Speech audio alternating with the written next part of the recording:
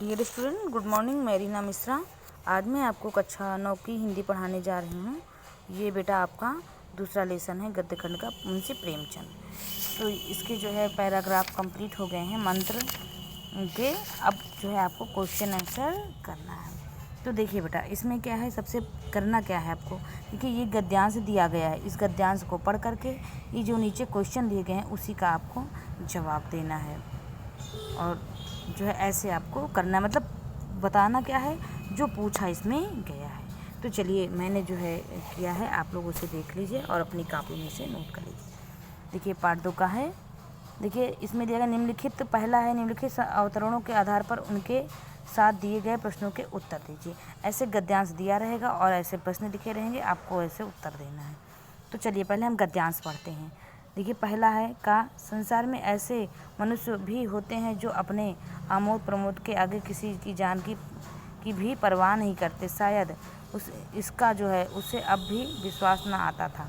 सब संसार इतना निर्मम, इतना कठोर है, इसका ऐसा मर्मभेदी अनुभव अब तक ना हुआ था। वह जो है आज पुराने ज़माने के जीवों में था। आज के जो है वह जो है पुराने ज़माने जीवों में था, जो लगी हुई आग को बुझाने, मुर्दे को कंधा देने, किसी के छप्पर को उठाने और किसी कलह को शांत करने के लिए सदैव तैयार रहते थे।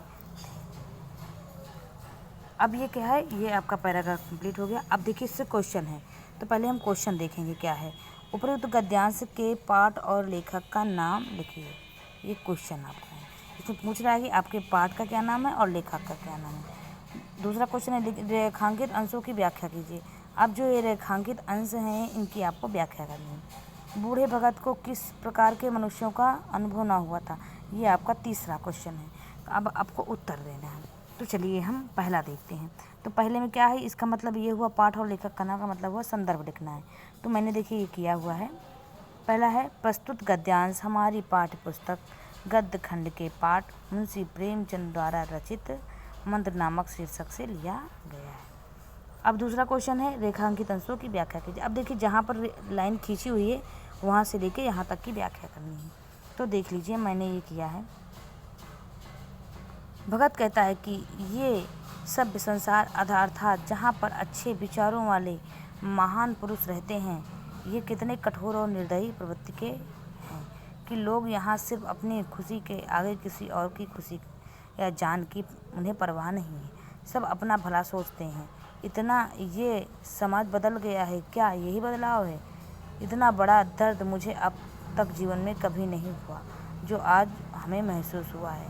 पहले के ही लोग अच्छे थे, हम तो उस ज़माने के लोगों में हैं। कहीं किसी के यहाँ आग लग जाए तो उसे बुझाने के लिए वहाँ पहुँच जाते, तथा किसी भी मुर्दे को हम लोग कंधा भी देते थे।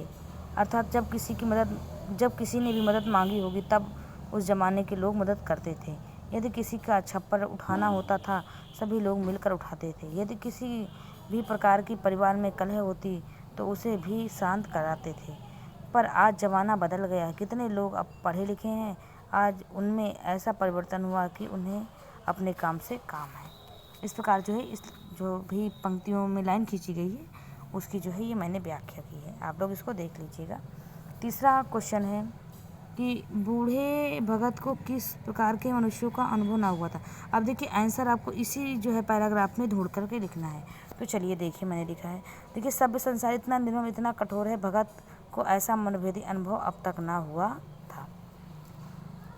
अब अगला पैराग्राफ है, देखिए इसी प्रकार ये अगला है। अब इसको मैं पढ़ती हूँ। एक महाशय का किसी झाड़ने वाले से परिचय था। वह दौड़कर उसे बुला लाए, मगर कैलाश की सूरत देखकर उसे मंत्र चलाने की हिम्मत ना पड़ी। बोला, अब क्या हो सकता है सरकार, जो कुछ होना था हो चुका। अरे मूर्ख माँ, यह क्यों नहीं कहता कि जो कुछ ना होना था हो चुका। जो कुछ होना था वह कहाँ हुआ? माँ बाप ने बेटे का सेहरा कहाँ देखा? अब देखिए, यहाँ से आपको जो है करना है।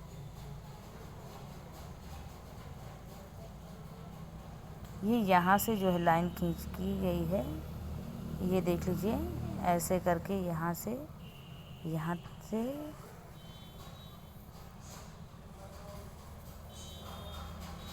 ये देख लीजिए आप लोग,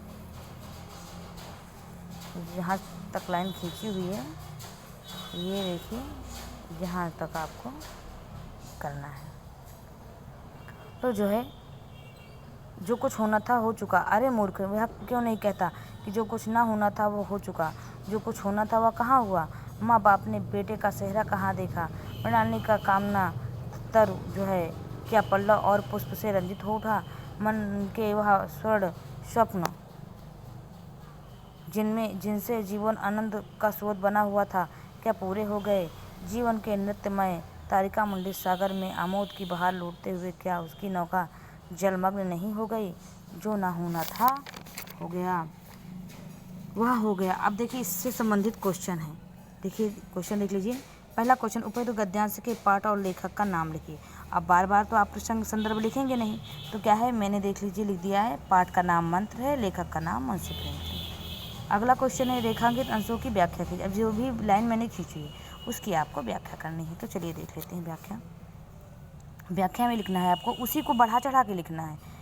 जब कैलाश को झाड़ने के लिए एक महाशय को बुलाया जाता है तो उसकी मंत्र चलाने की हिम्मत नहीं पड़ती, वह डर जाता है। कैलाश की दशा देखकर कहता है कि विष पूर्ण रूप से इनके शरीर में फैल गया है। जो होना था हो चुका, अर्थात जब विष इतना फैल चुका है तो इसे कोई बचा नहीं सकता है। समय भी बहुत निकल चुका है। इस बात से उपस्थित एक महाशय कहते हैं कि वहाँ कहाँ वो हुआ जो होना चाहिए था। अरे इतना बड़ा हादसा हो गया है, ये कहाँ होना था। अब ये शादी योग्य हुआ, इसकी शादी डॉक्टर चड्ढा करते, इस दुनिया के सारे सुख भोगता, माँ बाप का सेहरा बांधते, सेहरा जो है माँ बाप अपने बेटे के सिर पर बांधते, अपने बेटे के सिर पर सारे जो सिर पर बांधते, तो सारे सपने जो इसके माँ बाप ने देखे थे वह कहाँ पूरा हुआ। मृणालिनी भी अब बड़ी हो गई। उसने जो है अब प्रेम के भाव उत्पन्न ही हुए थे। उसने भी कैलाश के लिए कितने सपने देखे होंगे, वह अब मिट गया। ऐसा लगता है कि जब सुख के मिलने वाला था तब एक पल में नौका की भांति डूब गया। जो नहीं होना था वह हो गया। अगला क्वेश्चन है तीसरा, यह क्यों नहीं कहता कि जो कुछ ना होना था हो चुका। वाक्य का आशय स्पष्ट कीजिए। अब ये देख लीजिए, ये आपका है, डॉक्टर चड्ढा का एक ही लड़का था, इसके लिए उसने कितने सपने सजाए होंगे। कैलाश ने अभी दुनिया देखना शुरू हुई कि क्षण, एक ऐसा क्षण आया कि ये इस दुनिया में चला गया। यह कहाँ होना था जो हो गया। महाशय इस मंत्र झाड़ने वाले ने व्यक्ति से कहते हैं। इस प्रकार बेटा जो है ये आपका लेसन कंप्लीट हो गया है। अगले वीडियो में आपको अगला लेसन पढ़ाऊँगी। धन्यवाद।